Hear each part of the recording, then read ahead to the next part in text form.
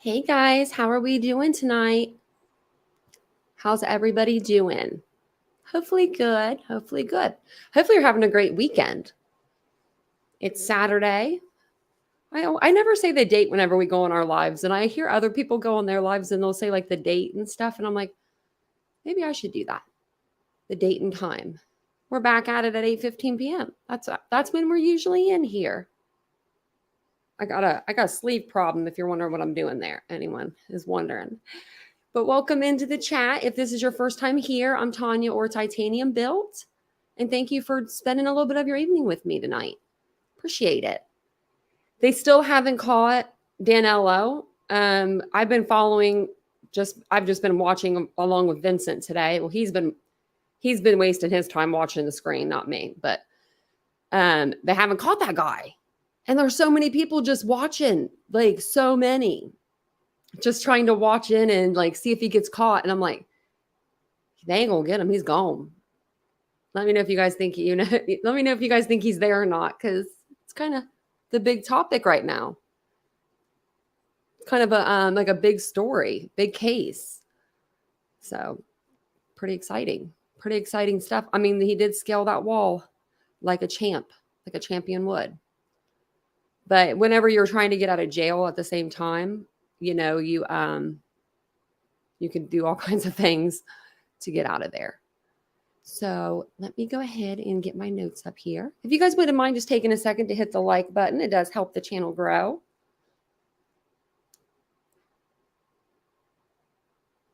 That's what I'm wondering, Wist. Why don't they light that place up and send in the dogs? Do they not have a lot of dogs back there, like hunting for him? Because if Vincent's been telling me about it, so I don't really know a whole lot about it. I'm just going what he tells me, like based off what he tells me. But he said that the guy, and I think Jan told me a little bit too, that the guy might have been like going to different homes and like collecting like rations, I guess, like food and stuff.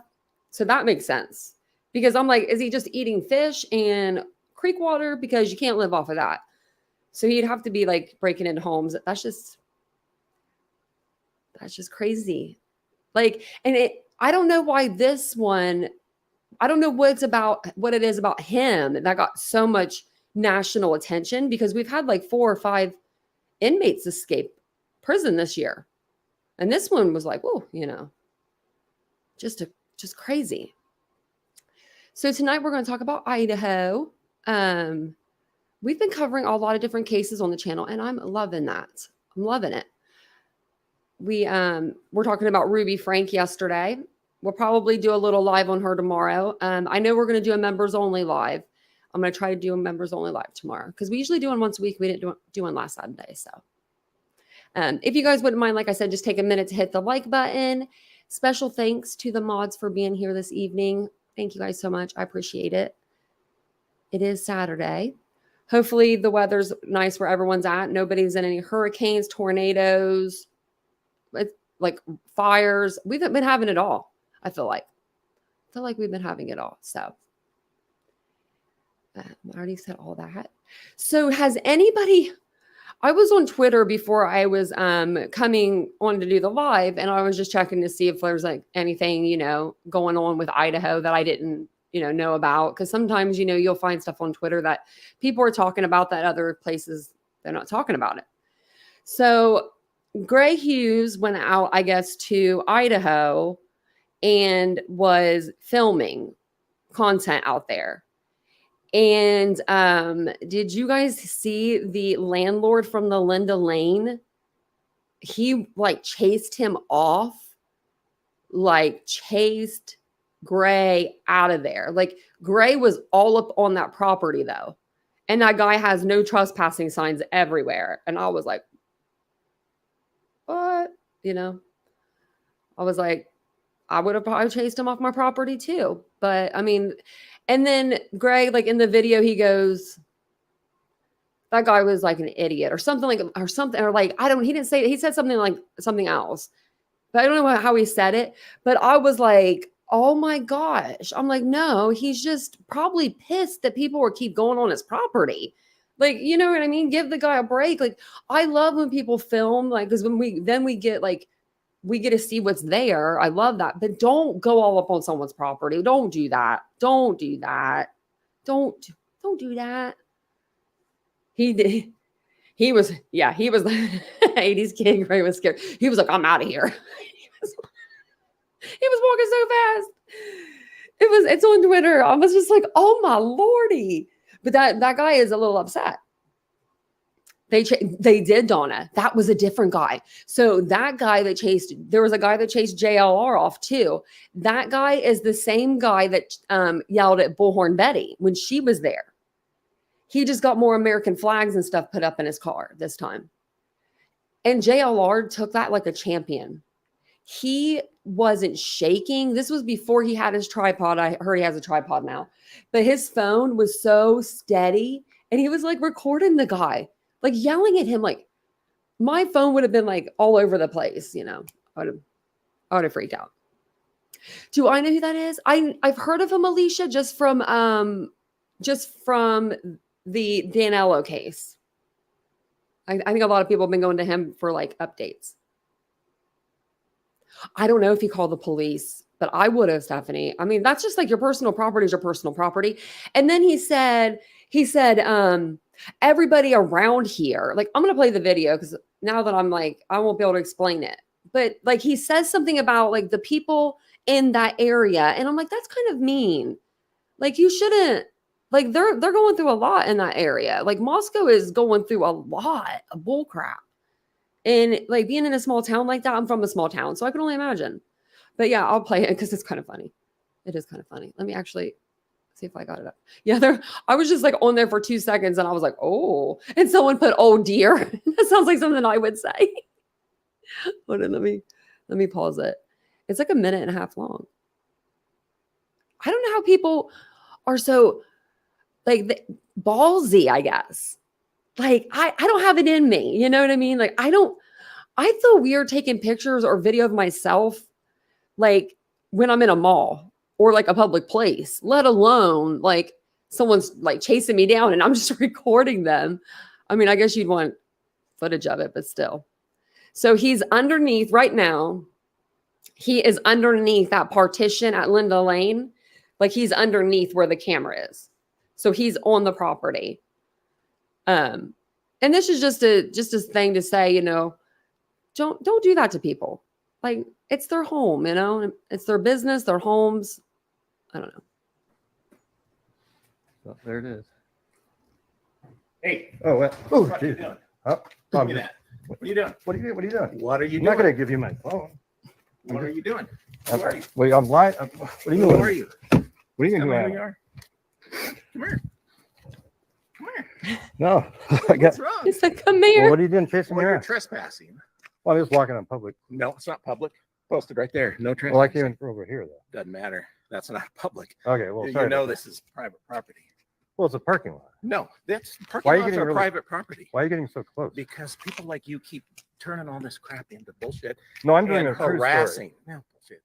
You're harassing Well, everyone. I'm doing it So you're the. harassing me and my tenants Well, I by apologize. being here. All right, I'll take Get All right. out of here. What's your name? it. Gray's menu. What is it? Gray. Great. What's your last name? Oh, don't worry about Uh-huh. Go again. You'll get arrested. it. Okay. Gee, what a psycho.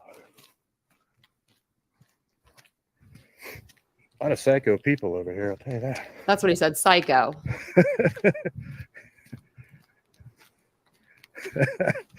That was pretty crazy. Anyways, you could see there were the. Like, I would be doing the same thing if that was me. I just would. I mean, I would be so upset. I would be so upset if someone was on my property or my family's property. That's just me, you know. Gray, don't go on people's property. Just there's a Zoom. There's a Zoom. There's a Zoom for a reason. Zoom it on in. Then you don't have to be on the property. You don't want to get hurt. You don't want to get hurt. No one wants like a broken Gray, you know, because that guy was mad. And I would be too, though. They are. And like, then to call him a psycho and then call everyone in, like a lot of people around here are psychos. Like, that's just like, that's That's unnecessary. That's very uncalled for. You know? That one guy, the guy that came out of the building, though, he was kind of creepy. Like, he was kind of like, I was like, whoa. So when I first saw that, I was like, no wonders why Greg kind of like jumped, because I would have jumped and ran. I'd have been out, because underneath of that thing, I don't know, just would have been out. Like, I was like, that guy was scary, but he was upset too, you know, and I understand that. Parker, that's what I said about that guy too, Danilo. She said, to survive in the Brazilian jungle, this would be a breeze to him. I said that too. I said, if he was in the jungle parts of like Brazil, I don't know where he's from. I was like, but if he was, this might be a walk in the park. Yeah, I actually got, like, when I got on Twitter, I found a couple of good things out. So I was excited I got on there. I haven't been on there in a little while. Let me pull up the new stuff though that's going on. Nothing like crazy. There's just a couple documents that came out I was going to show you guys. Yeah, Brooklyn, you're right. You're right that he wasn't in the South. Yeah. Like, or even a lot of these, like Florida, stand your ground. They'll shoot you and ask later, you know, like ask questions later. They don't care. And I mean, you know, I would be just really, you don't know who these people are that are coming up on your property, you know? And I don't know if he owns the building, if that's like the landlord, that's what people are saying, but it could have been just maybe somebody that lives there. I believe those are all apartments right there as well. So, but either way, they're really just upset that people were just keep going back to the properties, like their property. Like, I'm sure he is not the first. We all know there's the one creator out there that he's like banned from Moscow. Like, nobody wants them anywhere near their businesses and stuff. And that's just sad that they have to be like that.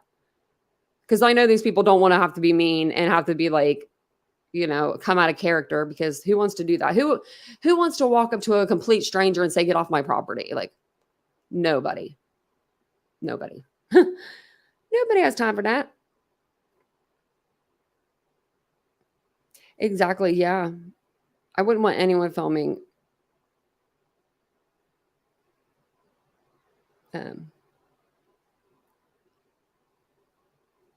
Yeah. Summer. I could have filmed this dude 8 days ago. I know. Send me in summer there. We'll find him. I'm from Pennsylvania. Let's go out there. We'll stop by at Kohberger's parents' house. But this is just one of the documents that came out. It's just for the motion hearing that they're going to have on the 13th at 2 p.m.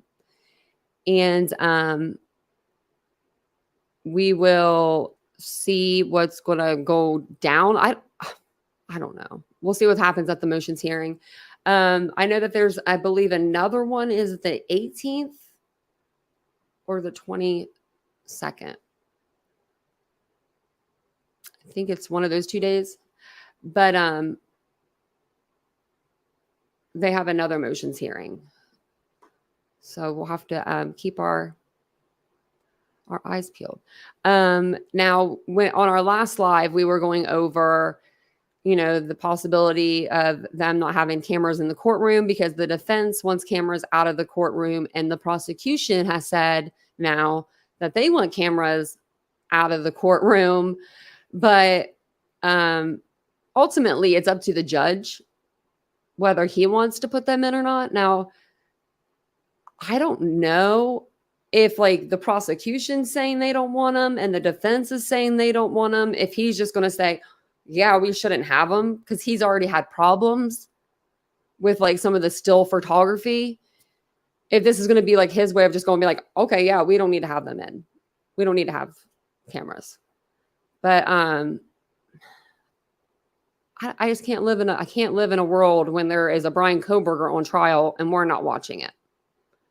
So they better go to a bigger venue so we can all fit, or Brian Itten better just squeeze over in his jacket, because I'm going to be sharing the other side of his jacket like Siamese twins, because he always gets in, because I want to see it.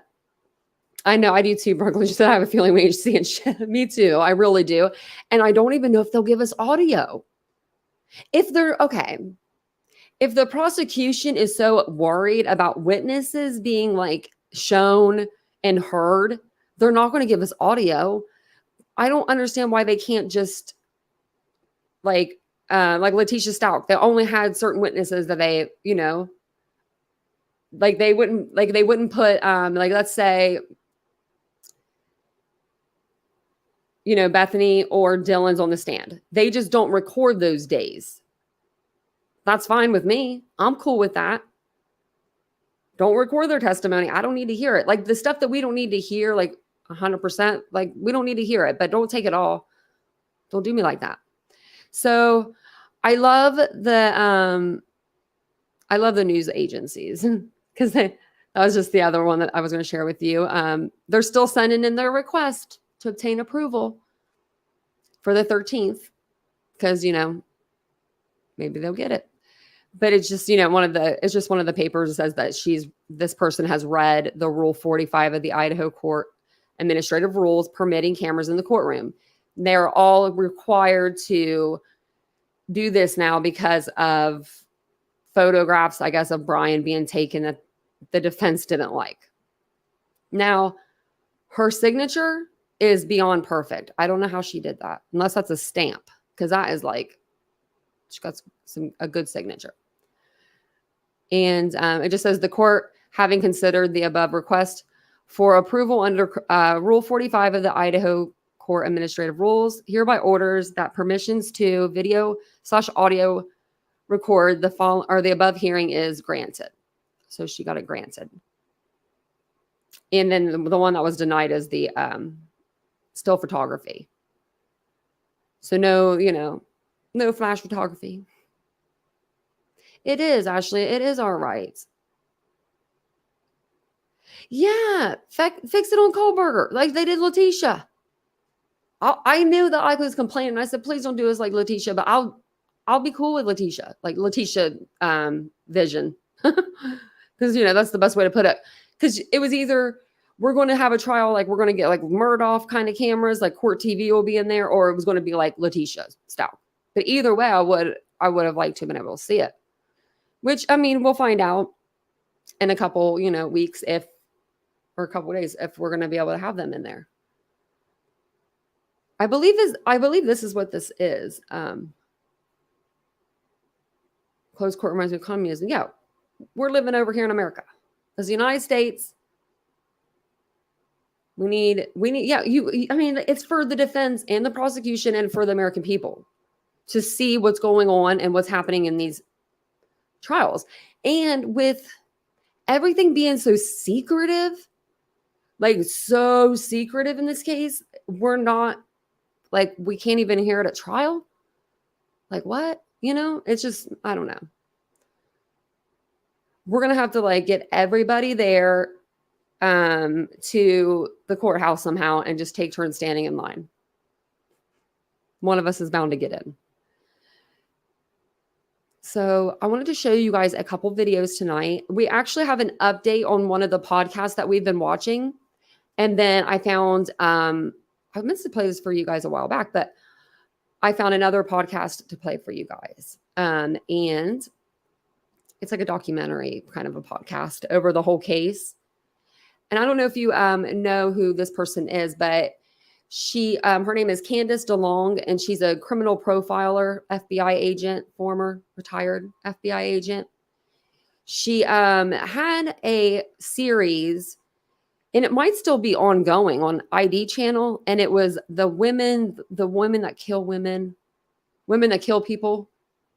I can't think of the title of her channel, or the title of her show. Maybe you guys will know. I could probably look it up. Because you might know the show. Deadly Women. And then she has the show called Facing Evil with Candice DeLong. And then The Evil Type. Maybe I could find a picture of her because this is a podcast, so it might not show who she looks like. This lady here. Do you guys know who that is? Deadly Women, yes, Brooklyn. I couldn't think of it. I even have it like right here. I was like, Women Who Kill, like all my things. I was like, I couldn't remember the show. She's serious. I like her. Her eyebrows are so serious though. Like the way that she shapes her eyebrows. I don't know if she looks so serious and like you don't want to mess with her. You don't want to double cross her. Hey, Catherine. Hey, Carrie.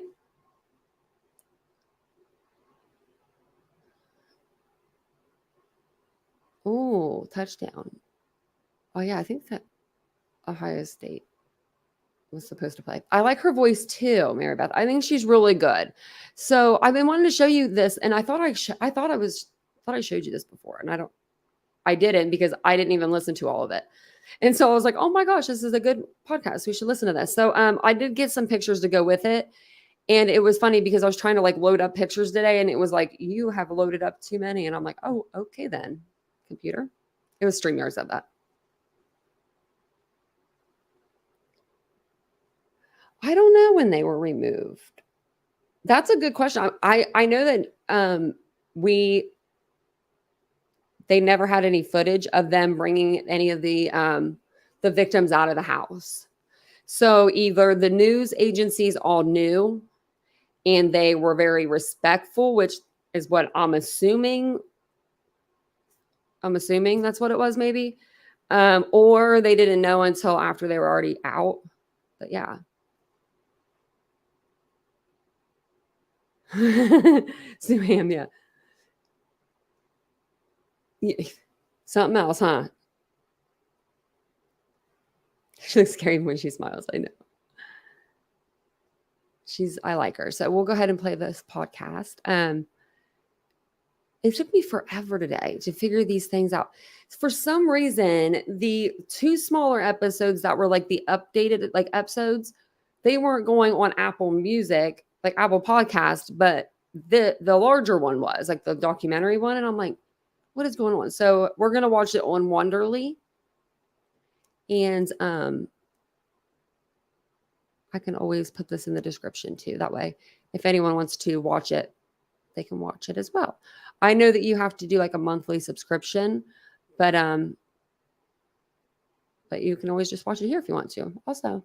So I'll put some pictures up though as we're like playing it. So it's not, boring because we're, just listening. And I'll probably pause it here and there just for commentary and, to talk to you guys all. But if you guys wouldn't mind just, taking a second to hit the like button. Is Ohio State playing right now, Aries? Because I meant to tell Vincent I thought they played today and I forgot.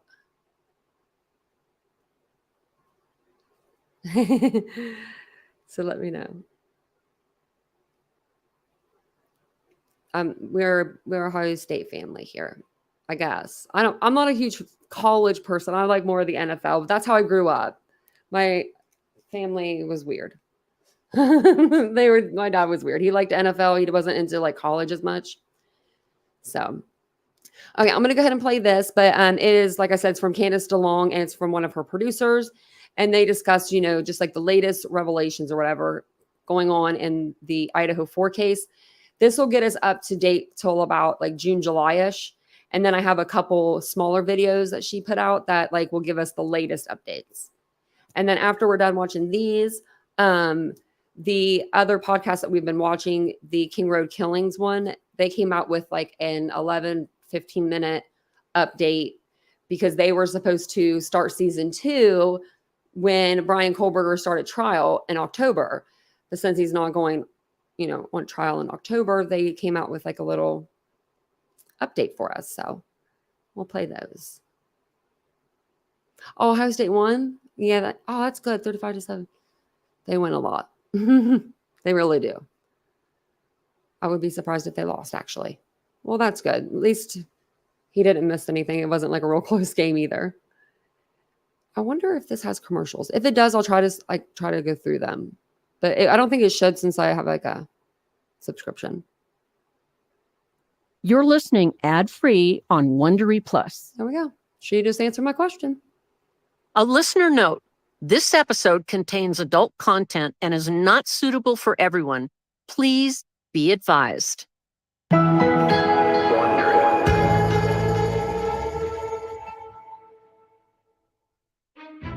It's been a little over 6 months since 4 University of Idaho students were found stabbed to death in a house off campus.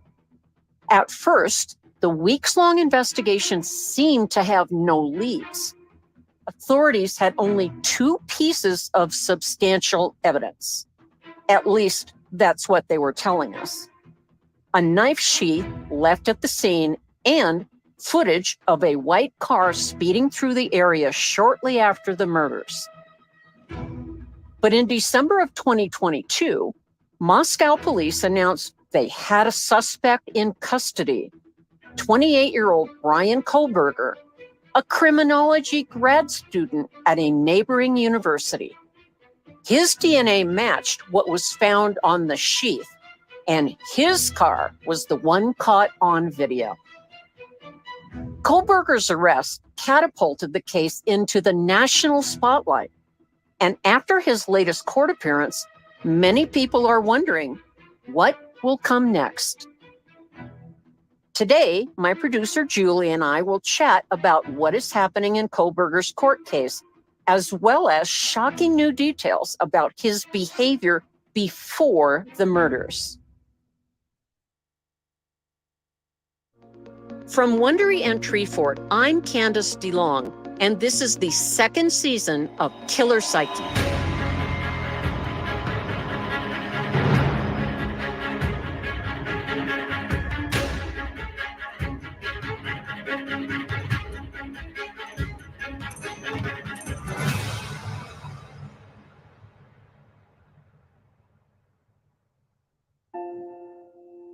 I've spent 5 decades studying people's minds through my work as an FBI profiler and psychiatric nurse.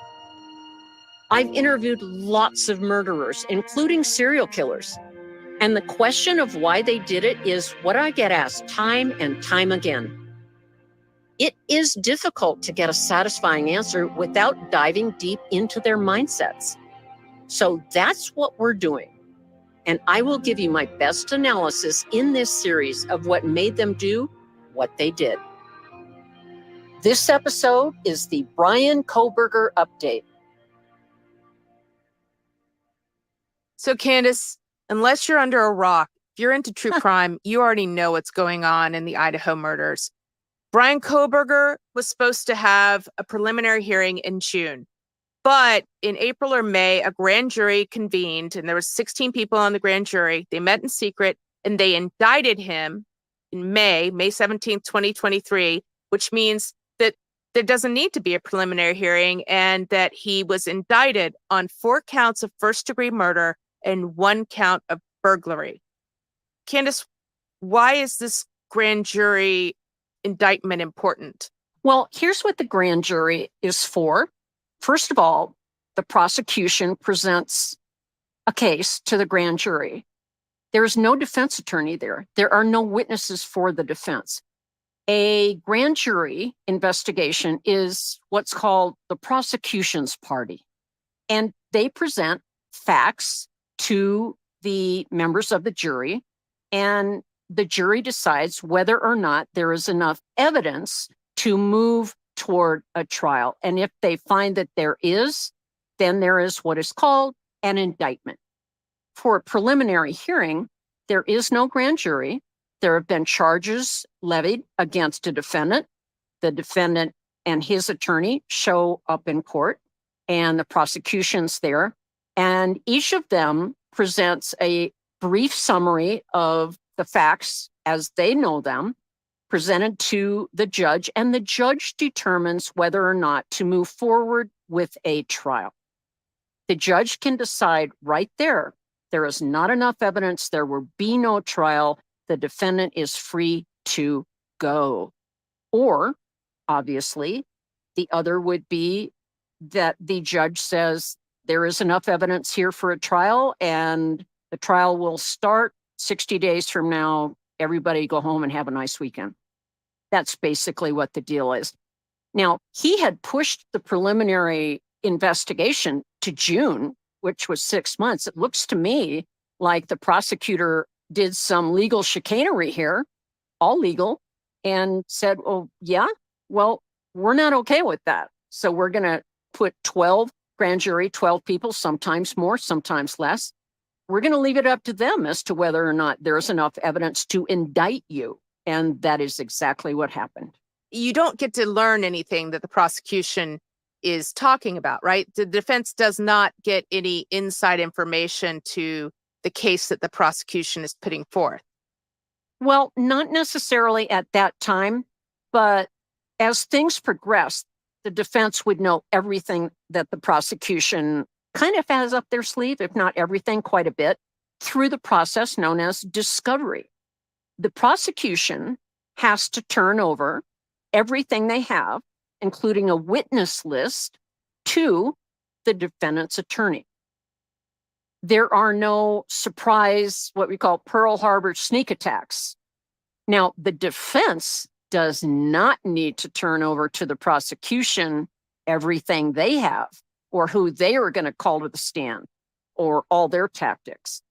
So you might say that in many ways, and I think this is a good thing, what I'm about to say, in many ways, this is pro-defendant, to give the defendant every opportunity to defend themselves in an American court of law. And that's a good thing. It truly is. Speaking of defending themselves, the judge, when he asked him if he understood each of his charges, and Kohberger answered yes. But then he asked him what his plea was, and he wouldn't answer. And so the judge put in the not guilty plea for him. Why do that? Why wouldn't he just say not guilty? Well, it's a good question. Of course, who knows what's going on in Kohberger's mind other than Kohberger, unless he has shared that with his attorney. But look, it is my opinion based on what we've seen. And if he is truly the killer, and at this point it's alleged, but if he truly is, refusing to say what his plea is, not guilty, doesn't surprise me. A lot of killers that go on trial do things like this, sometimes to get attention, sometimes to take control. They don't like other people having control over, well, let's face it, this is the most important thing that's ever happened to Brian Kohberger, is going on trial for the murder of 4 people, right? And, you know, if I thought he would be truthful with me, I would ask him, what was that all about? Do you want to plead guilty? Or were you thinking of that? Or why did you hesitate? But considering all that we're looking at in the future, that's really not all that important. Of course, Brian could make a liar out of me. Wouldn't it be interesting if between now and when the time that trial starts, or maybe even the first day of the trial, he says, Your Honor, I want to plead guilty. Maybe that's why he hesitated.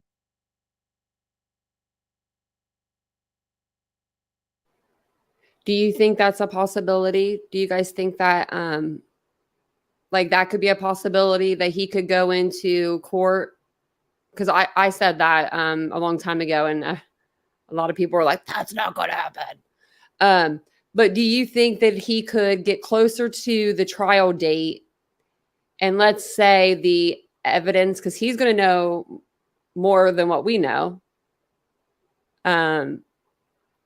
What if he sees like it's really stacking up against him, and then he's thinking he's getting a little scared of that firing squad or whatever kind of death penalty punishment, or just even just being a death row inmate, locked up 23 hours a day, compared if you're in prison for life and you're locked up just when you're sleeping, usually like in your bunk, like that's a big difference.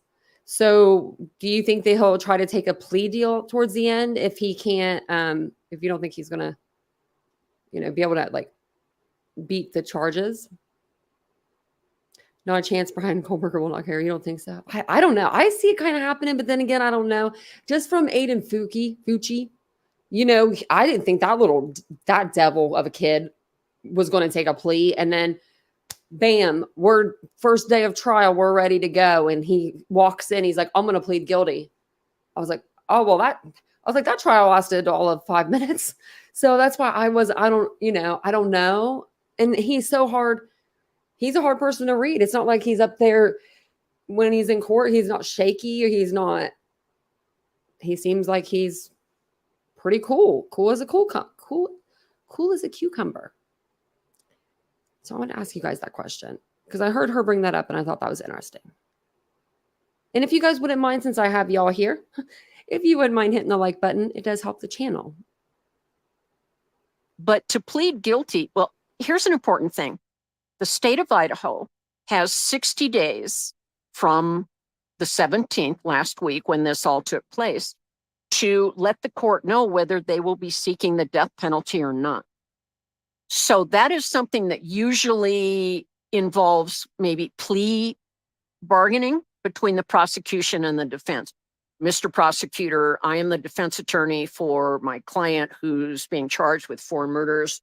He will plead guilty and you won't have to go through a trial if you take the death penalty off the table, as they say. And then it's up to the prosecution to take it or leave it. That might happen. Stranger things have happened. Well, Idaho just instituted that death by firing squad. So it feels like it was done just in time for this. I don't know if they're going to accept a plea at this point. It feels like this is all ramping up. If Bryan is convicted, this is all ramping up to his execution, basically. Well, it's my understanding there's a few other people in front of him, time-wise, that have been sentenced to death in Idaho. So it's not like if he is convicted and if he is sentenced to death, that he's going to move to the front of the line just because the whole country knows about his crime versus these 2 other people whom pretty much nobody except people in Idaho knows anything about. I want to get over to this other little tidbit that we found out that's coming out. It's alleged that back in the fall, months before the quadruple murders, in 2022, Bryan allegedly broke into the apartment of a friend of his, a coworker, a female coworker, and he started moving things around. He didn't take anything. He just moved things around. And that woman came to him and she said, I'm having a problem. I think there's somebody in my house moving things around. And he said, oh, well, I can install security cameras for you. Oh, yeah. So he went and he installed security cameras that he had the password to. He's basically saying, hey, you have a problem. I can fix this problem. Look at me as a hero. And yet at the same time, he was using it to spy on her, allegedly. And yet the police are saying that they don't think that she was at all being targeted. They think that he was just doing that to watch her, to spy on her. What do you think about that? Well, they would know, or they should be able to, working with the security company, assuming there was one, retrieve footage and see if he was actually watching her while she was going about her apartment life. And of course, that wouldn't surprise me. He is not alleged to have installed the security cameras. That's a fact. What we don't know, and what I do believe the police do know, is was he actually spying on her? But we've talked before in previous Killer Psyche Daily episodes about this case that I believe he'd been in the house of the 4 students before. The word is casing. He was casing it. There's a profiling term for that, hunting behavior. And BTK, Dennis Rader, find, torture, kill. He would target a woman that he saw. Sometimes a woman would cross the street in front of his vehicle, and if she appealed to him, he'd follow her home. And he would surveil her and see when she left the house and when she returned. And when she was gone, when he believed or knew she'd be gone, he would break in. He was excellent at that. Most burglar killers are. And he would look around and get all the information he needed for the time when he was going to come back and kill her. What I found interesting about that is that this woman turned to him as a resource, as a friend. We've talked about how socially awkward he reportedly was, how he was creepy, and yet we have this woman who's turning to him as the savior, or as somebody to help her. I shouldn't say the savior. We don't know. But that's an interesting thing, that maybe he could be charming. Maybe he could ingratiate himself with other people. Yes. Ted Bundy was friends with probably the most famous true crime writer in America, Ann Rule. They sat on a suicide hotline together. And Ann Rule tells a story in her book, The Stranger Beside Me. Excellent title for what happened. It's a good book, too. And yes, it is. He was over at her house in her kitchen, chit-chatting one evening, and one of Ann's daughters was getting ready to go out, teenage daughter. And the daughter came down and stairs or to say goodbye to mom and whatnot. And as she was leaving, Ted Bundy said to her, "Be careful out there. There's bad guys out there." Yeah, he was one of them. So the story of this woman, his friend that asked him, yes, he volunteered. She goes to him to say, "I think somebody's been in my apartment." And he volunteers, "Oh, well, let me put some security cameras in there." Kind of, it's got that Ted Bundy sneaky, creepy feel to it. Kind of terrifying. But it all goes back to, I think, one of the most apt expressions in our lexicon, which is you can't judge a book by the cover. You absolutely cannot. What do you think they look for? Those people who kind of come in, they jostle things like the BTK. What are they looking for? What is it that they want to find? Well, BTK, he would do that with women that he actually had targeted for destruction. With Kohberger, we don't know unless he volunteers to tell us. I'm saying this woman may be very lucky. Come on. Around the same time, he massacred 4 people. She is very lucky. Let's just she be is honest. lucky. Yeah. Right. And if we find out for sure that he was, you can say surveilling. I have said surveilling. I call it peeping. If he was really watching her, that's electronic peeping by someone who he eventually was the prime suspect and now the defendant in a massacre of 4 people that lived not too far from his friend that he put the security cameras in. I call her lucky too.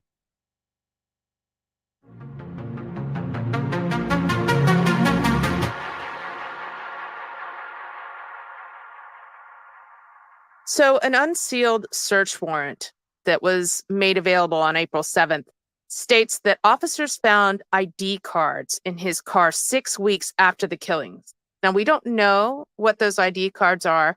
There's apparently a gag order on the trial, so police cannot confirm it, deny it.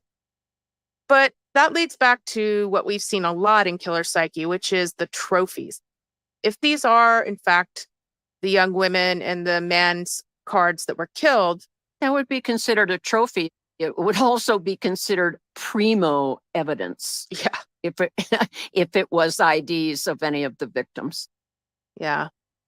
I mean, we're speculating. We don't know what those ID cards are, but right now we have to speculate. If we're going to talk about it, we have to speculate because that gag order does not allow them to confirm anything. So stories are going wild right now out there. Well, here's the fact about IDs. That is a very common and frequently stolen piece of property from a victim of a killer. Why? A photograph.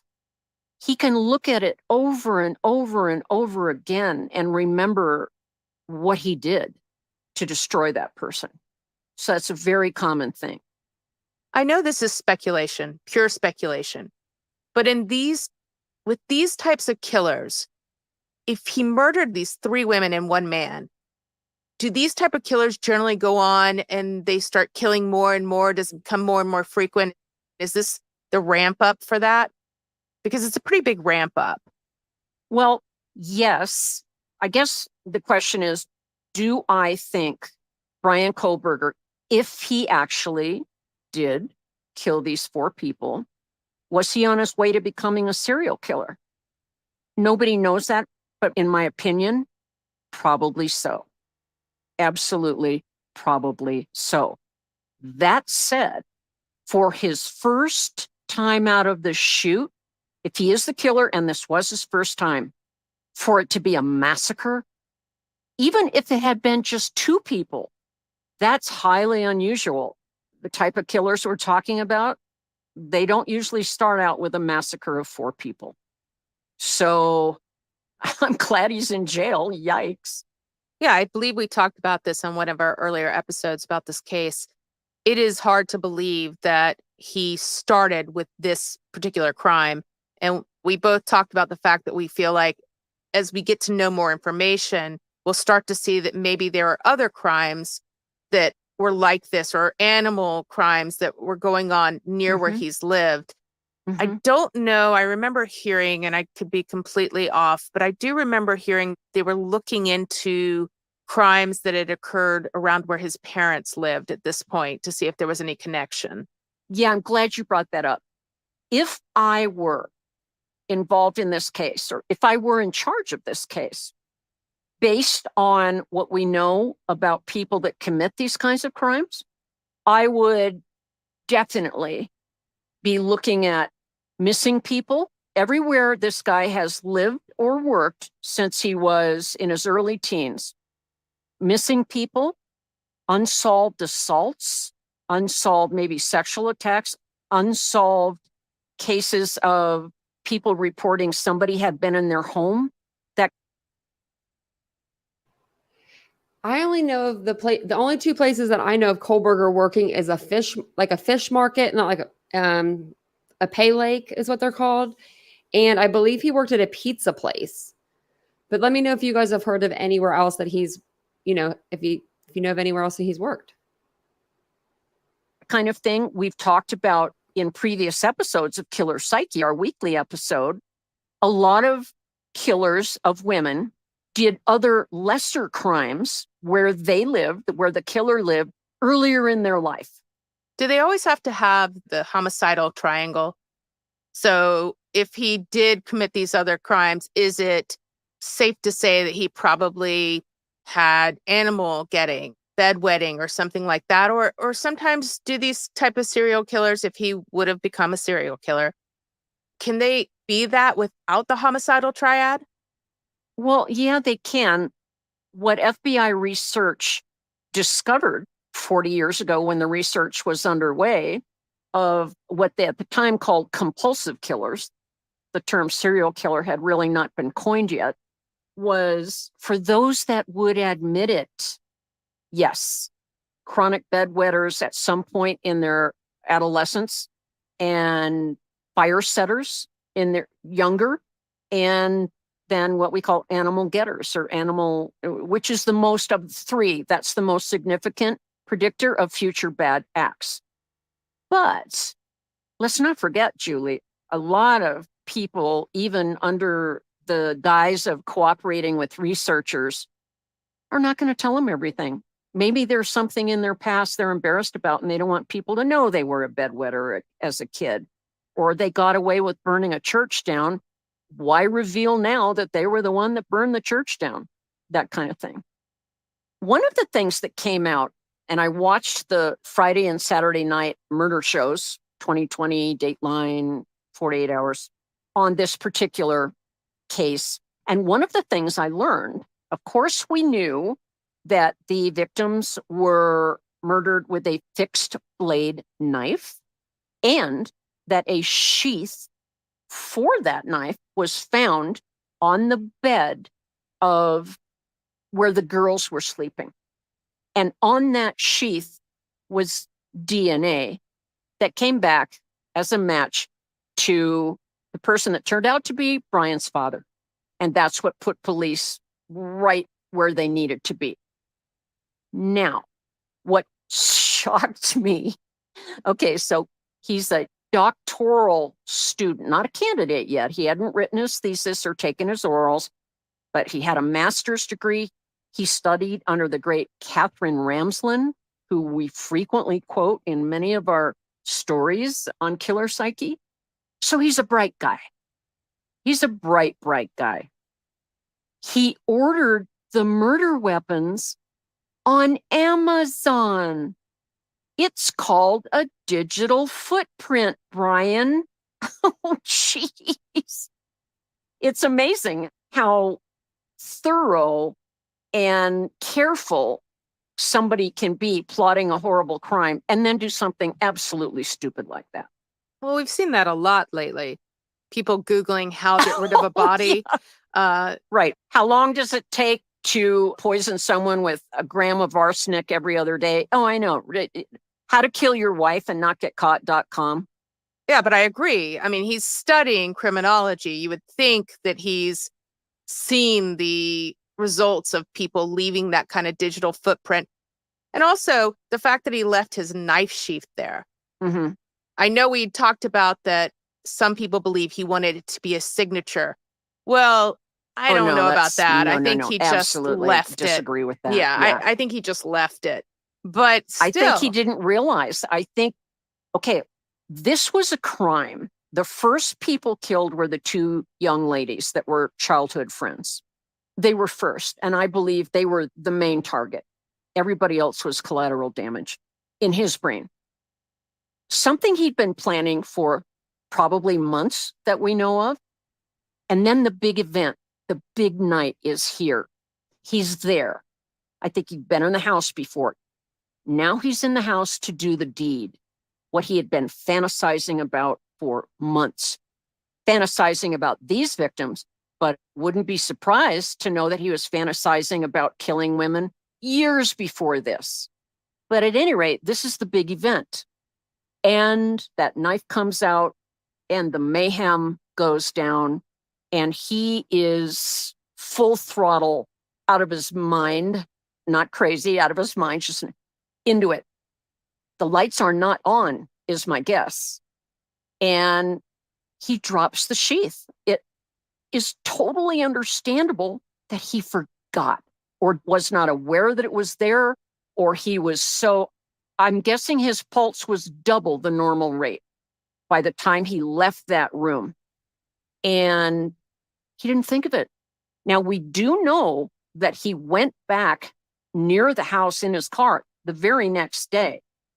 Sherlock Holmes always said the killer always returns to the scene of the crime, but for various reasons.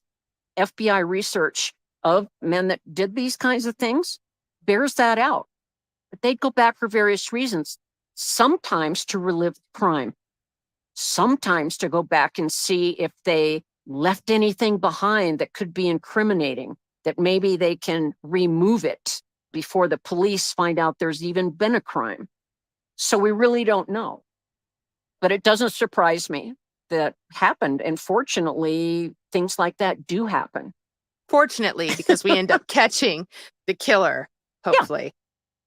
Yeah. Candice, in our chat beforehand, we were talking about the amount of chat rooms that Bryan was in. I only know about where he's asking for people who maybe had killed someone or done some kind of crime to talk about them. He said for a project. But you're telling me about something else that came out. Can you let us know a little bit more? Oh, yeah. And it just surfaced this past weekend. There is a former FBI agent by the name of Jennifer Koffendorfer, and she was in some chat rooms about the case on Facebook and Reddit. And one of the members of his handle on the Facebook page was Papa Roger. And on the Reddit site, it was, and I find this fascinating, inside looking. All one word, capital I, inside, capital L, looking. Isn't that interesting? And so she was monitoring these sites and she was tracking them, both of the accounts. And she said that some of the musings, if you will, by this particular individual turned out to be factually accurate. And that made her think it could have been Brian Kohberger. Now, in two of the postings, the individual, he offered up a timeline for the murders that just happened to be highly accurate. And in another posting, he mentioned the knife sheath that was left at the crime scene before the police publicly released that information. Wow. Yeah. let me tell you, I mean, this is fascinating. Now, there was another factual post, and this one very well could be used in court. He said, or the user wrote, quote, of the evidence released, the murder weapon has been consistent as a large fixed blade knife. This leads me to believe they found the sheath. Close quote. Really? And why would you think that? Other members in the chat room were so alarmed that they accused the person of talking, quote, like a serial killer. Wow. Yeah, yeah. If this actually was Brian Kohberger, what does that mean? What does that signal to you? Well, if it was him, it wouldn't be the first time the killer did something to kind of inject himself into either the investigation, like being friendly with the police or something like that, to playing with the public, which is what, if he is the author of those postings, he's playing with the public. But it's almost, to me, just screams, catch me if you can. But he really made a mistake. If this is him, if that was Brian, he really made a mistake with the sheath.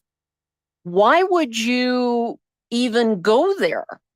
I have worked a lot of cases where the victim was stabbed multiple times. Sometimes the weapon is found. And there's no automatic assumption that there was ever a sheath. Lots of people carry knives not in a sheath. It's not the safest thing to do, but it's not uncommon. So he says, okay, so the police are fixated. This is consistently saying it was a large fixed blade knife. This leads me to believe they found the sheath. Why would it lead you to believe that, Brian? Because maybe you knew there was a sheath and you left it there? That could very well be, if they are able to connect him, obviously, to being the chatter in these chat rooms, it's game over, but I personally think it was game over a long time ago. But Julie, it's not unusual for killers to do this. Dennis Rader, he would write detailed letters to the Wichita newspaper after his crimes. And I am aware of other cases where the person that turned out to be the killer was somehow or other interacting with police, or maybe injected themselves into the investigation, like maybe I can help. Certainly, oftentimes in cases of missing children or the body of a missing child being found, but especially during the search, we're looking for a missing child. The person that took the child is in the search party. Do you think they do that because they want to know everything that is going on to see if they're going to be caught? Or do you think they do it because they love the fact that people are having to go jump through hoops or search for something that they caused? Could be both. In this case, well, in the case I just described of an abductor of a child being in the search party to find the child they abducted and probably killed, part of it is just the thrill of, I did this, as you said. And part of it is, well, everybody's out looking for this kid, so I don't want to look suspicious by not looking, so I'll join the search party. But in this particular case, if it was Brian, he is offering up something amusing. Well, if it was him, then that leads me to believe he left the sheath and they found it. It was found by the police. Some profilers would look at that and say that's what we call spillage. He knew the police had the sheath, and it was constantly in the forefront of his mind. They've got the sheath, they've got the sheath, they've got the sheath. And it spilled out right from his brain to the keyboard. And like I said, the people that were in that chat would think, you sound like a serial killer. And like, yeah.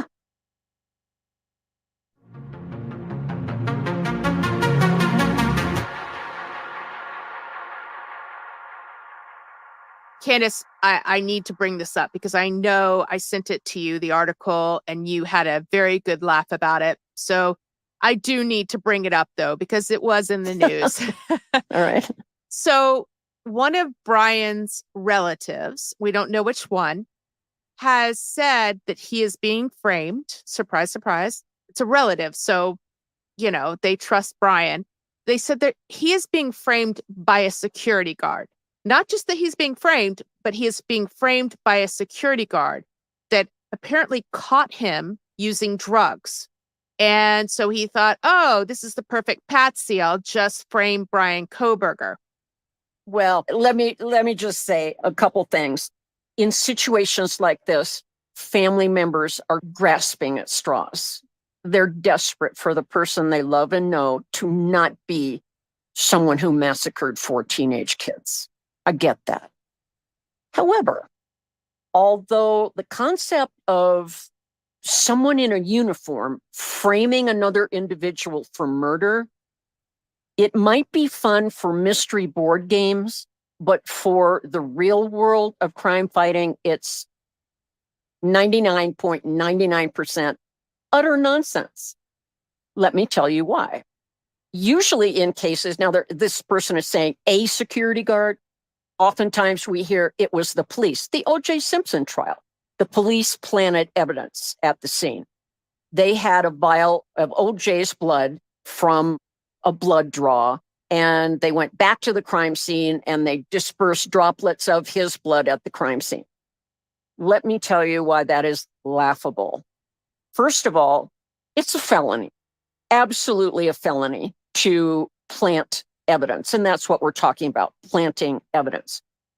When you're talking about cops or agents, not only are you talking about them committing a felony, therefore they were found out, would be arrested, charged, and if there were proof, probably found guilty and go to prison. Wow, that's a lot to do. They are risking their pension, many of whom have 10, 15 years on the job. And if they get convicted of a crime or resign before their 20, 25 years, they lose all their pension. And then lastly, oftentimes we hear about this in a conspiracy being 2 or more people. Let me tell you why there's no such thing as a conspiracy between FBI agents to commit a crime or cops. Julie, write this down. 2 government employees cannot keep a secret. It's true.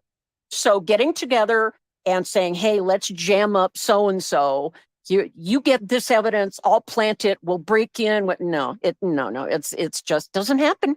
Does not happen.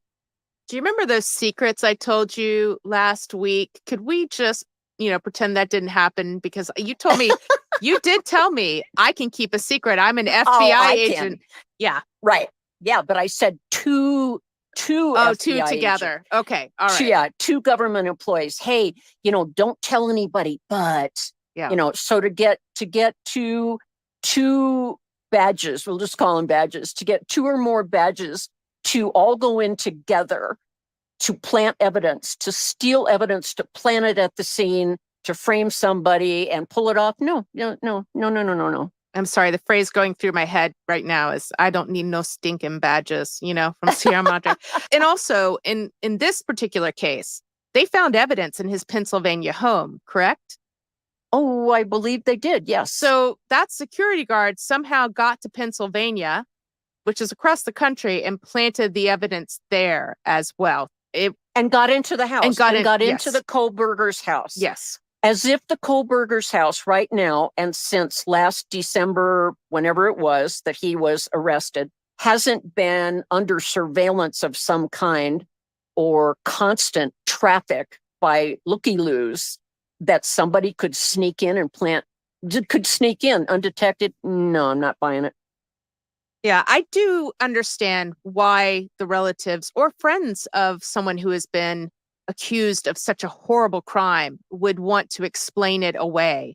I do feel very bad for the people in his life that love him. If, One of his sisters has been, she's no longer employed at a position she had somehow or other in the field of mental health.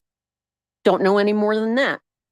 This was reported on Dateline on their episode Friday night. We don't know if she voluntarily left or if she was asked to resign.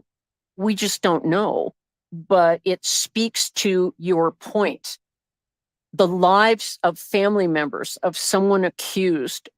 Hey, he's not accused of bank robbery. He's accused of a horrible massacre of interpersonal violence of 4 young people who did him no harm.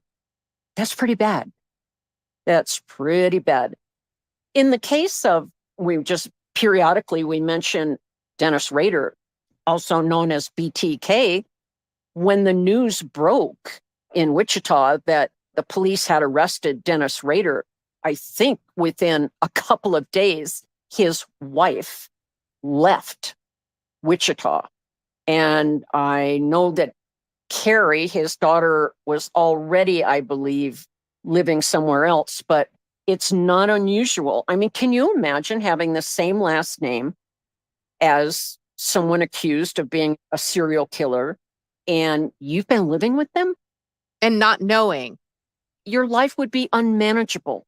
People don't believe that you can live with someone and not know, but it's the same thing about saying he was framed, someone saying he was framed, because you don't go into your father's room and expect that you're going to find trophies from women that he's killed. Your brain automatically explains that away. So sure. Or they're hidden so well. But one of the things I find interesting about what we're talking about now is in one of those chat rooms, I think it was the Facebook chat room, where he said, that leads me to believe the police have the sheath. And everyone was just as alarmed as I was. Like, well, why would you believe that unless you know it to be true? And if you know it to be true, you are the killer. Candice, so much more to talk about. I think that we're going to have to continue this conversation as time goes by, because obviously it's not going to go away. In 60 days, we will know whether or not the prosecution is going to go for the death penalty. And I'm sure that will also determine whether or not there's going to be a plea deal made. All of those kind of things I'm sure we'll be talking about in the next month or so. I think it'll be, yeah, I agree. I think it'll be interesting to see what the community wants and what the families of the victims and the communities in cases like this. And you've heard me say it before, there are some cases where the community feeling is someone has to pay because it was so horrible, either the murder of a child or it's a high body count. Lots of people were murdered or things like that. And someone has to pay. And so therefore, taking the death penalty off the table is not what the community wants. Now, ultimately, the decision is with the prosecution. So we'll see what happens. We will. All right, we'll keep on top of this. Candice, as always, see you next time. Yep.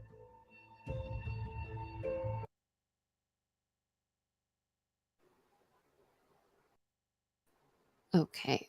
I didn't know if I was on here or not. But yeah. I was just dancing around whenever I was on the a minute ago when I paused it earlier. I was like, allegedly, if it was him, if he did this. So we was dancing around that because we got to dance around for Kohberger. Most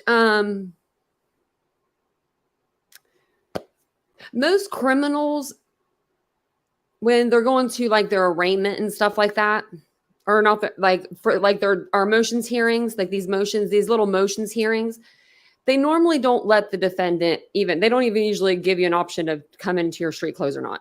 When you go on to trial, that's when you go into your street clothes. You have an option, street clothes or your scrub or your like prison, whatever, jail uniform. But with Kohberger, they were like, oh, no. Let's let him wear whatever he wants. We don't want people to get an assumption about him.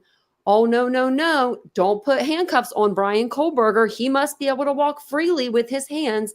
because heaven forbid, but most inmates, you see them, they come and they are shackled with their hands and their feet up until trial. Look at the Delphi case, for instance. They shackle him up and they walk him down and they walk him back every time. Also, now there's not going to be cameras in the courtroom because the defense is complaining because there was a picture taken and blown up of Brian Kohberger's belt. Wasn't his junk, it was his belt. I don't know. So I think that it really just sucks when people want the cops to be like wrong. Like that means someone's out there just running around that unalived 4 people. I don't know.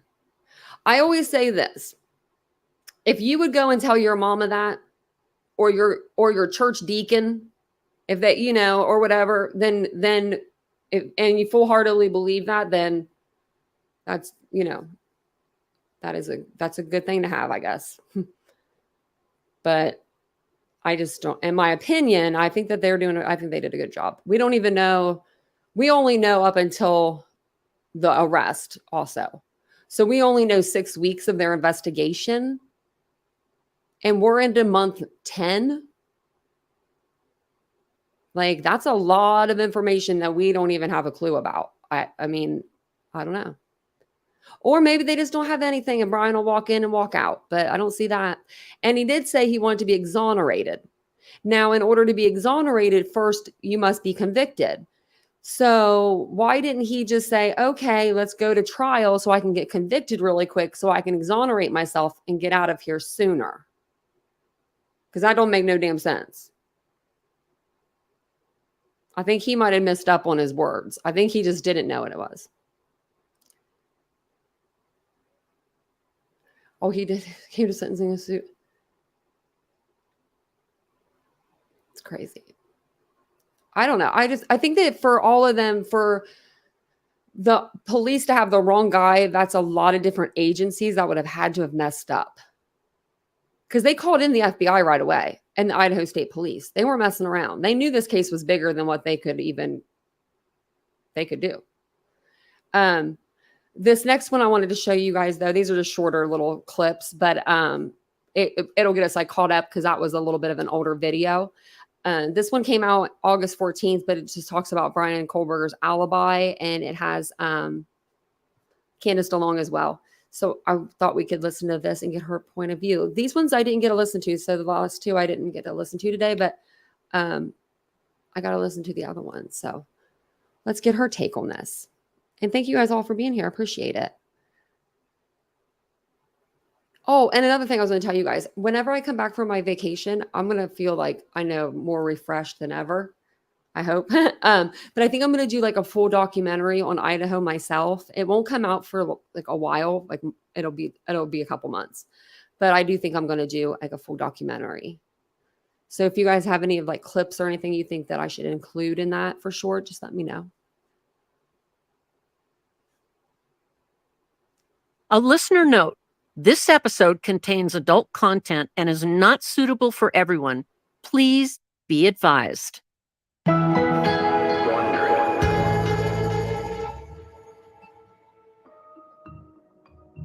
The attorney for Idaho murder suspect Brian Kohberger recently attempted to attack the DNA evidence gathered from the knife sheath left at the scene. Now they have provided an alibi for their client. He was simply taking a late-night drive around town on the night of the murders. Legal analyst Josh Ritter joins my producer Julie to discuss the latest details of the case.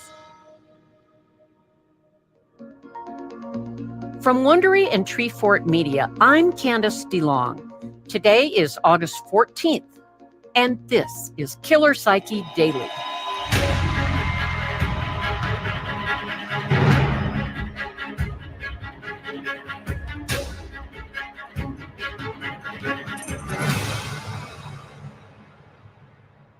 Josh, the Kohberger case has fascinated all of us for a while, but now it seems that the defense is putting forth an alibi.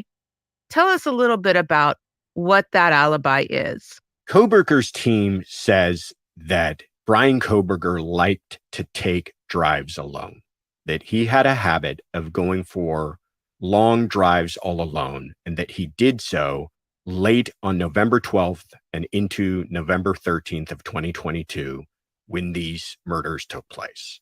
Why are they introducing that now and not during the trial?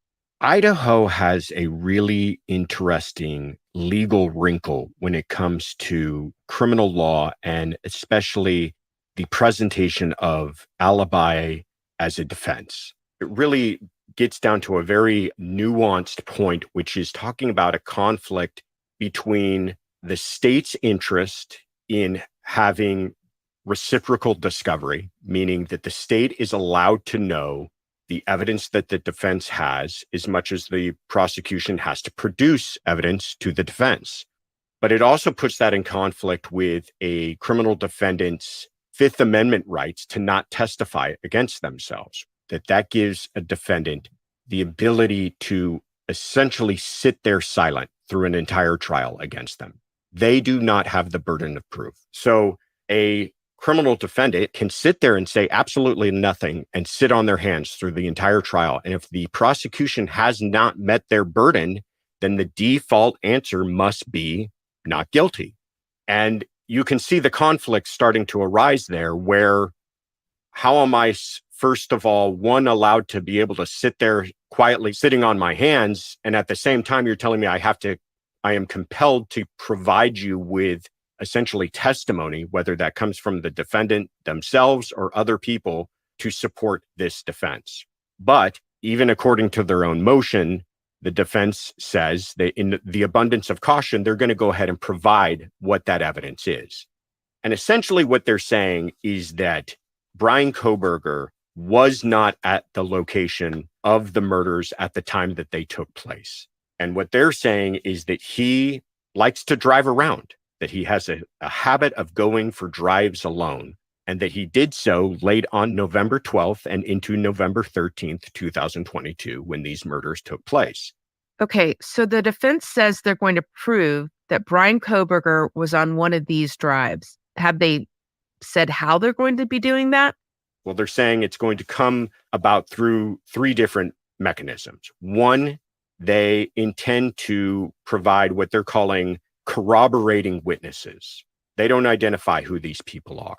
But essentially, I think what they're saying is they may present witnesses who can testify to that habit that Kohberger had. If they can call witnesses to say, yes, I knew Brian Kohberger would oftentimes take these late night drives, kind of meandering around, going nowhere, that could be a corroborating witness to this theory that he was out driving, but not at the location of the murders. The other way they intend to prove this is through the cross-examination of state's witnesses, which is kind of a funny statement because they're always going to cross-examine the state's witnesses. The third avenue in which they intend to corroborate this evidence of an alibi is through what they're describing as expert witness presentation. And I think essentially what that is saying is that they intend to provide their own witnesses in regards to the telephone tracking and GPS tracking of Brian Kohberger. We all know that there was a gap in time from when the police were not able to pinpoint Brian Kohberger's telephone during the time of the murders. And according to affidavits that have already been filed, they believe that he had turned his phone off during that time. Now, the prosecution is saying, how convenient. He turned his phone off exactly during the time of when we believe the murders took place. That is further evidence that he was involved. And I think what the defense is teeing up here is saying, no, what we do have evidence of is that he was not at the location of the murders. And we're going to present our own experts to say, I don't know what, that the prosecution's evidence as far as tracking of the phone may have been faulty and he could have been at a location perhaps farther away, or that this blank period wasn't exactly when his phone was turned off, but it was just that his phone wasn't pinging off of a tower. I don't know. Any number of things that expert may testify to, but they're wrapping all of this under that argument of alibi, but generally saying what we're going to do at trial is go ahead and embrace the idea that you knew where his phone was and therefore you knew where he was, but you cannot use that to say beyond a reasonable doubt he was at the location of the murders. Okay, let's be honest, though. To say that he takes drives always alone in the middle of the night, that's not really a strong alibi, especially when there's also evidence that suggests he was there, like the DNA evidence. Well, I think what you're seeing here is not so much a weakness in the arguments as much as it's a weakness in the facts. And they just don't have the facts and evidence to support anything otherwise. You're right. None of this gets around the idea that his DNA was located at the crime scene. That's another thing that the defense is going to have to deal with. And so many times we see these arguments and we think to ourselves, how in the world are they going to honestly, with a straight face, make that argument? Well, oftentimes it's they don't have a choice. And this is kind of what they're left with. And so I think essentially here, they are trying to take that same gap in time where law enforcement doesn't exactly know where he is and try to say, well, as much as you can assume that he was at the crime scene, you could also assume that he wasn't there. And therefore you should defer to the side of reasonable doubt. So when are we anticipating the trial to actually begin?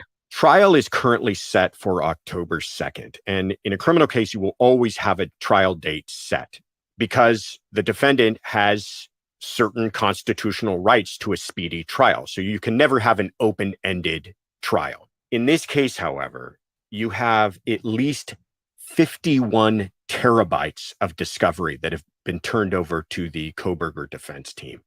That is a tremendous amount of information. His defense team is going to want to go through all of that with a fine-tooth comb.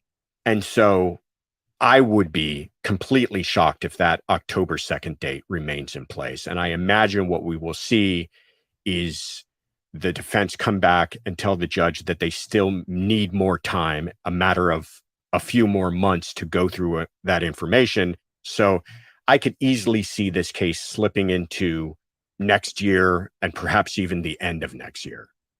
Josh, as always, thank you for coming on. I have no doubt that we will be talking about this case again. Thank you again for having me. See you tomorrow for another episode of Killer Psyche Daily.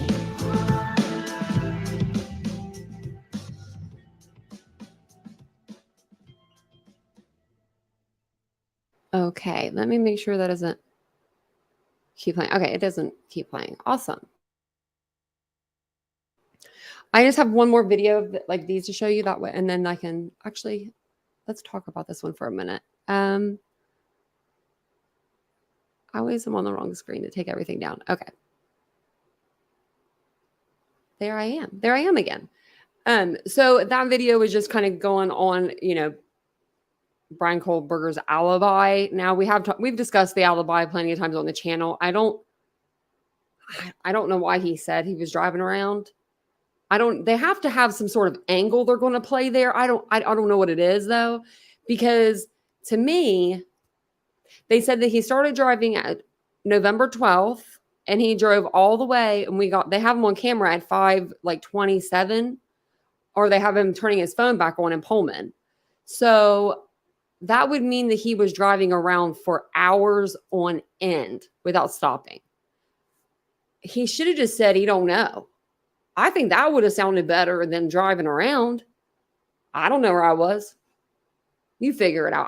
I don't know. That's what I just feel like that would be better than saying I'm not driving around, because that's like when you put the time back, before midnight, and then at 5 o'clock he's being seen. That's 5.5, 6 hours. So it's crazy.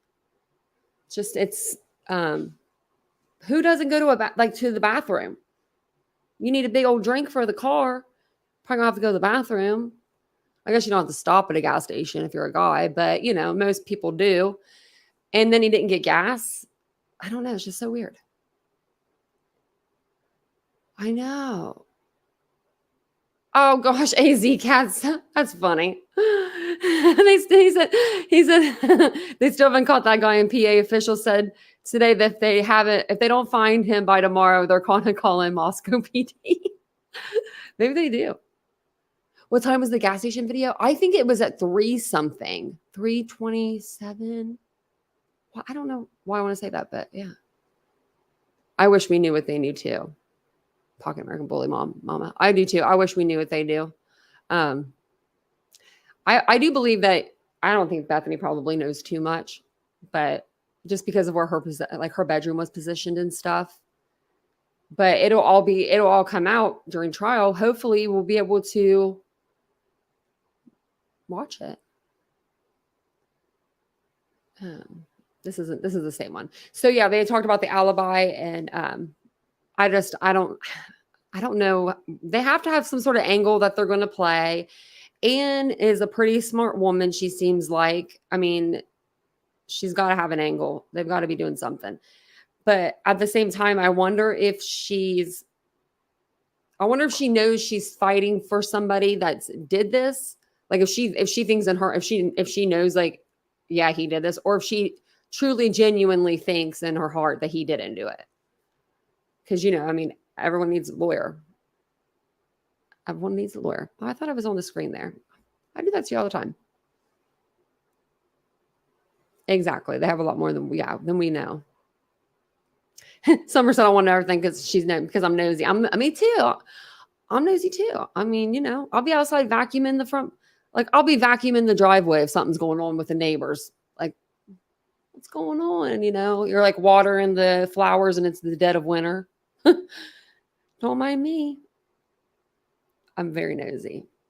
Growing up in a subdivision, like in a housing like development, that makes you even nosier, I feel like. My dad made me nosy. He would always be making fun of people in the neighborhood. He was a jokester, very big jokester. So this one is the newest one, and it was from the 30th of August. And like the newest one over Bryan. And she just goes over, when will Brian Kohberger go to trial? When do you guys think he'll go? It seems like they're pushing things along. Like with him halting, like, and stopping his waiver, waiving his right to a speedy trial. I thought things would kind of slow down on like the document front and stuff like that. But it seems like we're getting just as much stuff as we were getting before. So maybe they'll go to trial a little earlier than 2 years or a year. How could you defend someone like that if you knew they were guilty? I don't know, Arizona. I've always wondered that about like defense attorneys. Like, was my first question would be, if I was a defense attorney, if I'm taking care of a client, I would probably ask them like, did you do this? Probably like my first question, So that way, if you did it, I know I know you did this. I got to think of a strategy to get you out of it. But if you genuinely didn't, do this, let me know. And I could think of like another, maybe there's like the evidence out there, physical evidence to, prove that he didn't do this. Yeah, someone's got to defend him. And I mean, if you think about it, I don't know if you guys are following the Sarah Boone case any, but we're covering that on this channel. She's going through her 7th attorney. They keep dropping her like a bad habit. She can't keep one to save her soul. She really can't. She really can't. I feel bad for her. Like, in a way, I think she wants just like too much from her lawyers. I think she's expecting too much. But at the same time, you don't got to deal with her that long, do you? Can you just like help her? Get her a defense so she can go to trial? So Jorge can get, justice? But that's another case that we're talking about on the channel. Sarah Boone, that goes Vic's logic said, yeah, exactly. But I'm going to go ahead and play this little podcast here, and then we'll talk about it when we're done. And then after this, I'll do the new one on the King Road killings. It's just like a 10-minute update. And it's brand new. A listener note: this episode contains adult content and is not suitable for everyone. Please be advised.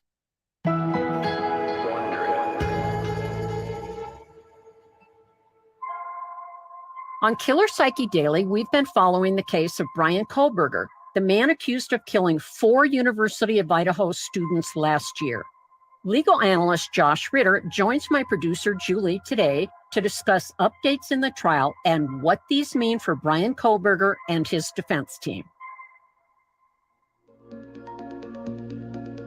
From Wondery and Treefort Media, I'm Candice DeLong. Today is August 30th, and this is Killer Psyche Daily.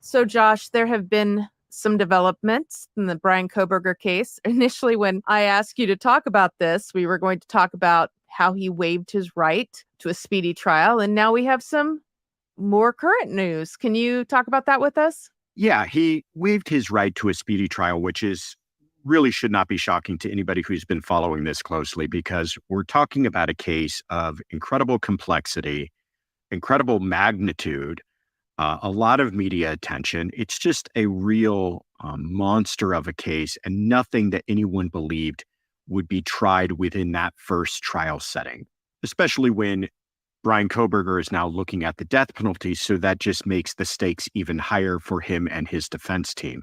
In Idaho, they take what's called a general time waiver, meaning he's got a right to a speedy trial according to the Constitution. And he's now waived that right, but he's waived that right for an indefinite period of time, meaning that the trial's not set for another date in which he would then be entitled to have his trial begin. And now the case will be set at a reasonable pace, according to something which both parties can agree to. But really here, it's still Kohberger and his team who control the clock to some extent, because they're the ones who are still playing catch up. That all being said, don't expect this to go on forever. The judge doesn't want to prejudice the prosecution by allowing it to go so old that now witnesses are more difficult to get a hold of, people's memories fade. It is a frustration to the families of the victims in particular, because now they're going to have to wait to have this heard in court, and it could be for some time. There was a statement made by one of the family members who said something along the lines of hoping that this would not be granted so that the case wouldn't be delayed for a couple of years. And I would have to say that that's not entirely outside of the realm of possibility when you're dealing with the death penalty case. Kohberger's defense team filed a motion to dismiss all the charges against him on, quote, the grounds of a biased grand jury, inadmissible evidence, lack of sufficient evidence, and prosecutorial misconduct by withholding exculpatory evidence. Explain all that, please, for those of us that cannot follow that legal jargon. The technical term for all of this is a kitchen sink defense. And a lot of this is not surprising. Some of it is a little bit of a stretch, but essentially one of the avenues of attack they've decided to employ is to go after the grand jury indictment itself. Some of the arguments that they're making are a little bit far-fetched. The indictment, as we understood and talked about before, comes from the grand jury, which is a secret proceeding. It's something where the defense is not a participant. And in this case, in fact, it came as a shock to many that they had done a grand jury indictment. And that changed the landscape of this case to a certain extent, that we weren't going to have a preliminary hearing. Because of that, the defense feels that they are essentially caught off guard. And one of the arguments they're making is that there was a lack of exculpatory evidence used in the grand jury proceeding. And the reason for that is that the prosecution has to wear two hats to some extent with a grand jury. They're putting on their evidence as a prosecutor, but they also, because the defense is not present, have to present some exculpatory evidence. In other words, some evidence that they believe that the defendant might present if he were present, so that they can accurately assess it for sufficiency of evidence to hold that person to answer for trial. But now that the defense has had a chance to look at the grand jury indictment and the grand jury transcripts, of course, they feel that the prosecution's attempts to offer some exculpatory evidence were wanting. And they're saying, you didn't do a good enough job. Had you presented these arguments or these witnesses or this evidence that we feel is exculpatory of our client, then the grand jury would not have arrived at the conclusion that they did. It sounds like they're just throwing something against the wall to see if it sticks. Kind of reeks of desperation to me. Is that what the prosecution is hoping for? The prosecution wrote responsive briefs to each one of these motions, the arguments that you highlighted. And to some extent, the prosecution was a little dismissive in the way that they wrote them, because a lot of these arguments, as we've been discussing, are not earth-shattering. But something to always keep in the back of your mind about this case is it is a death penalty case, meaning it will receive an automatic appeal. Meaning a lot of what the defense is doing now is just laying the groundwork for possible issues on appeal. If they don't make an argument now, they cannot bring that argument up on appeal. So sometimes they're making objections and making arguments knowing that they're likely going to fail, knowing that they're probably weak arguments, but they want to be able to preserve those issues, is what it's called. They preserve that so that another attorney down the line has a better way of making those arguments on appeal with different case law, and they can revisit that. But if they're not brought up by the defense at trial, many times they're seen as having waived that issue and they're never allowed to argue it again. Wow. So they have to not only prepare for this trial, but for future trials down the road. That is a lot. We found out also that his lawyers, Brian Kohberger's lawyers, are requesting that all the cameras be removed from the courtroom. Actually, not even requesting, they're demanding it. How seriously do you think the judge will consider this? You know, the judge has been very cautious in the way that this case has been perceived by the public. We remember that there was a very strict gag order put into place for some time that didn't allow the parties involved and even people collaterally connected to the parties involved to comment on it.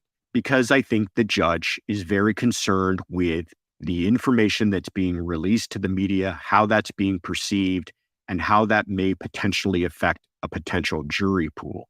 So you could see where the judge might be inclined to not have cameras inside the courtroom. And it's interesting that it's coming from the defense. The defense is very concerned with what has been in the media and the perception. And they believe, and I think that they're not entirely wrong, that most people have in their minds already convicted this man of these murders. And because of that, I think the defense has realized that they're not going to be able to use the media to their benefit at all. And that if anything, this coverage, even if it's coverage that takes place after a jury has already been assembled and sworn, that can be leaked information that may possibly affect them while they're watching the trial or later on deliberating. The defense has already filed a lot of motions for this case. Is this an indication of what we can expect in the future coming from Kohberger's lawyers? I think so. I think they have demonstrated that they are taking the no stone unturned strategy in this case. And that's understandable. Again, you're talking about an incredibly high profile case. Hard to say that these defense attorneys are now well aware of how every action they take in this case is being perceived by not only local media, but the nation. And they realize that this is a case of incredible magnitude for their client because he is facing the death penalty. So I would just say, buckle up, because I imagine that they are going to come up with every novel theory that they possibly can. It does not seem like they are shy to bring up anything that they feel might have even the slightest bit of merit. Well, Josh, thank you as always. It's always a pleasure. Thank you again for having me. See you tomorrow for another episode of Killer Psyche Daily. Okay, I like her. I haven't heard anything by Candice DeLong in a long time. Let me take the banner and stuff. Oops, down. There we go. So that was it's called Wondery. I'm putting an L in there. Killer Psyche with Candice DeLong. She does a bunch of different cases. She covers all of the cases that are like high profile and some that are not high profile. But if you're unfamiliar with her, she does do she had like 3 different shows on ID Discovery when she would do like the Deadly Women. She had like another one, something with Candice DeLong, and then like a revamp of the Deadly Women show. But it was a good show. I watched it all the time.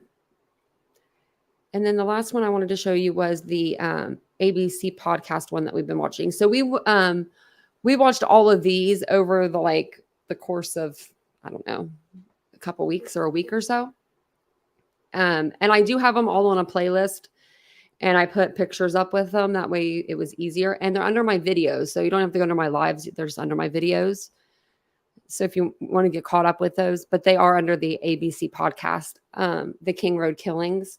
So there was just like a brief update on Brian Kohberger because they were going to do season 2. They were going to start season 2 in October when he was going to go on trial. But since he waived his right to a speedy trial, they decided to give us a little brief update. So I'll play it really quick so we can hear it, and I can hear it again. And there might be a commercial in the beginning of this one.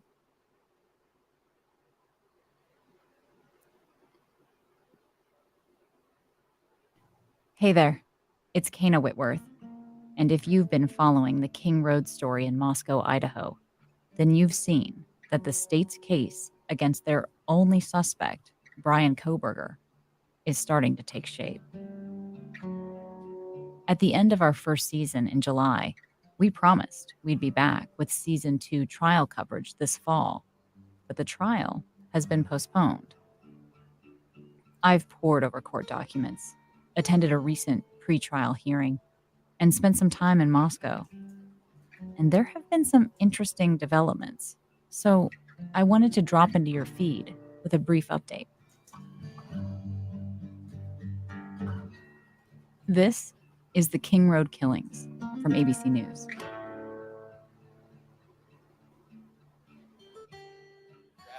Walking down Main Street in Moscow, Idaho, you can tell that all the kids are coming back to school. They're here with their families, getting dropped off.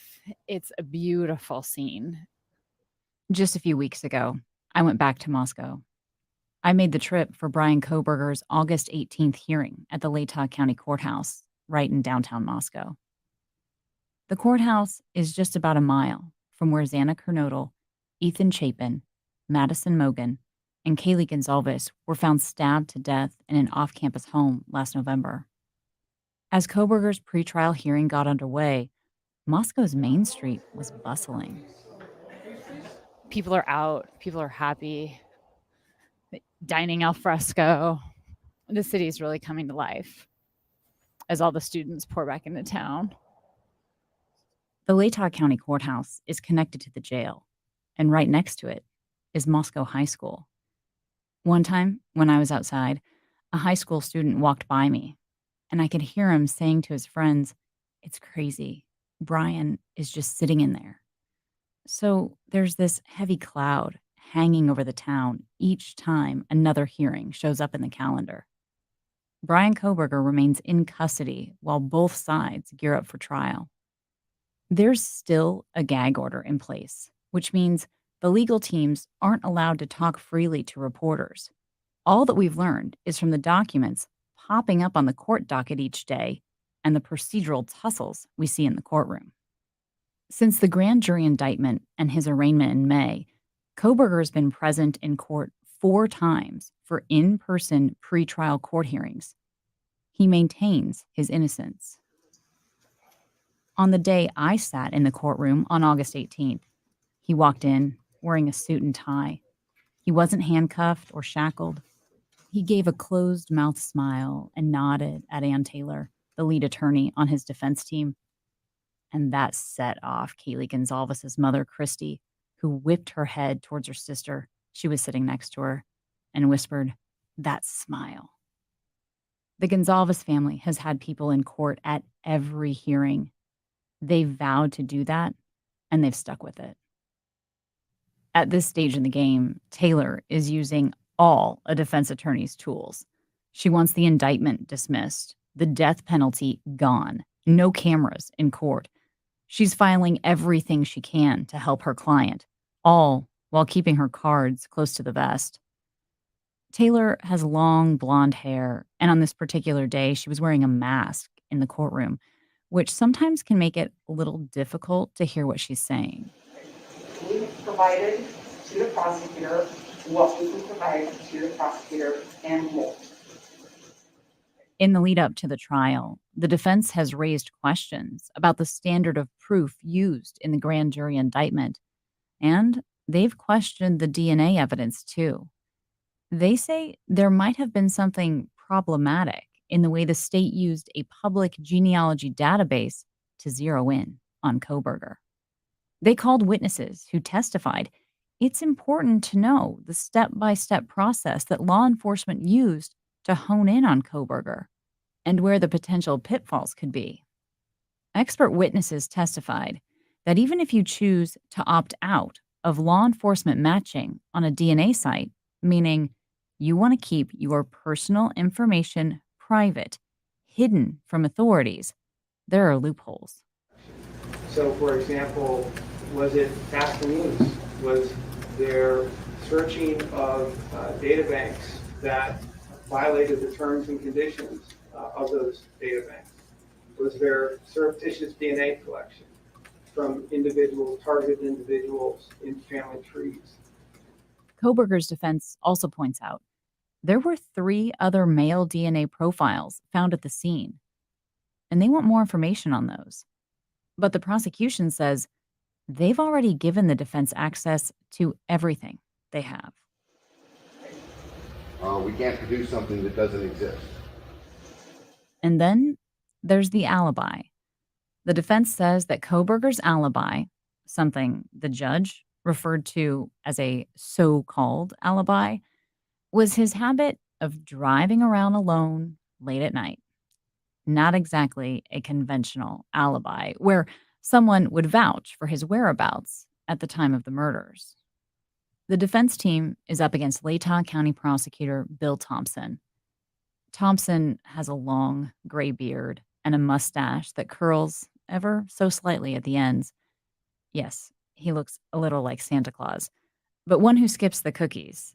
Thompson is tall and lean, and he's been Latah County's top prosecutor for more than 30 years.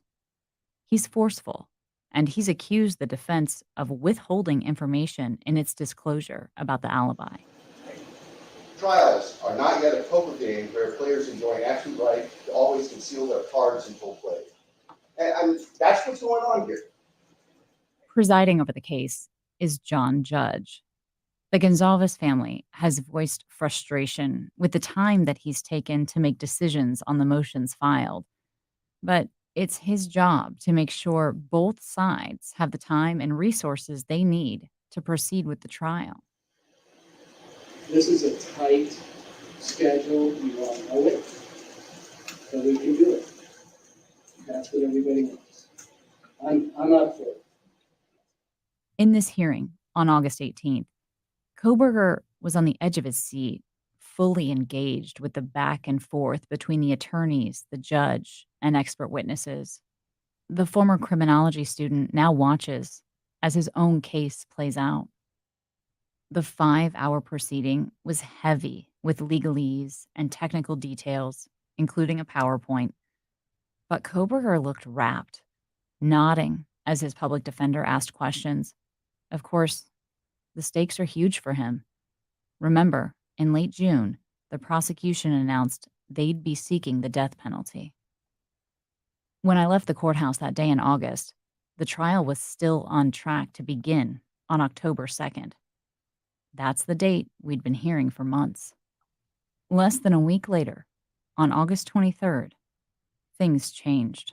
A major development in the Idaho college murder case, the suspect Brian Kohberger waiving his right to a speedy trial, delaying the case indefinitely. Kana Whitworth has the latest. The 28-year-old former PhD student who once stated through his attorney he was eager to be exonerated, now agreeing to waive the prosecution's obligation to bring him to trial within 6 months of his arraignment.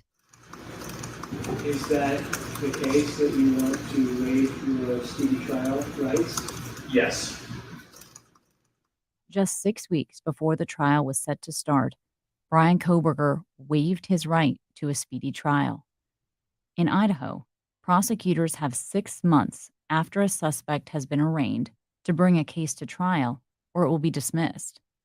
But a defendant can waive his or her right to a speedy trial, which gives both sides more time to prepare. And that's what Kohberger did. Is anybody pressuring you to waive your speedy trial rights? No. You sure you want to do this? Absolutely. Some of the victims' families expressed disappointment, but not surprise. They just want justice as swiftly as possible. Shannon Gray, the attorney for the Gonzalez family, told me the expectation, although unrealistic, that the trial would be done in October still carries with it grief and anger. He went on to say, that being said, the families understand that a continuance is necessary to sort out a lot of the pending motions and evidentiary issues in front of the court. The new trial date hasn't been scheduled yet.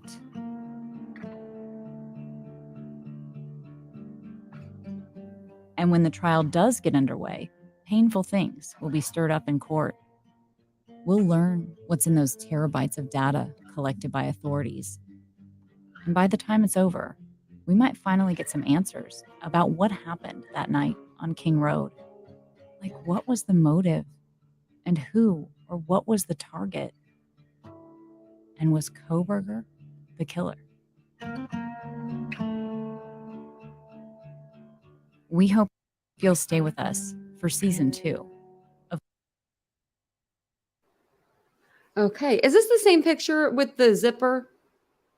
Because I was trying to see if it was. I was trying to look it up, but I couldn't find the document again. Because he's having that problem with that zipper too.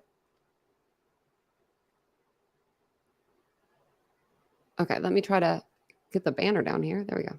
There we go. All right, well, that's all I have for you guys for tonight. Hopefully you guys enjoyed the little podcast. I found those today and I was like, actually I found the one of Candice DeLong a while back, like I said in the beginning of the live, but I thought I had played it for you guys.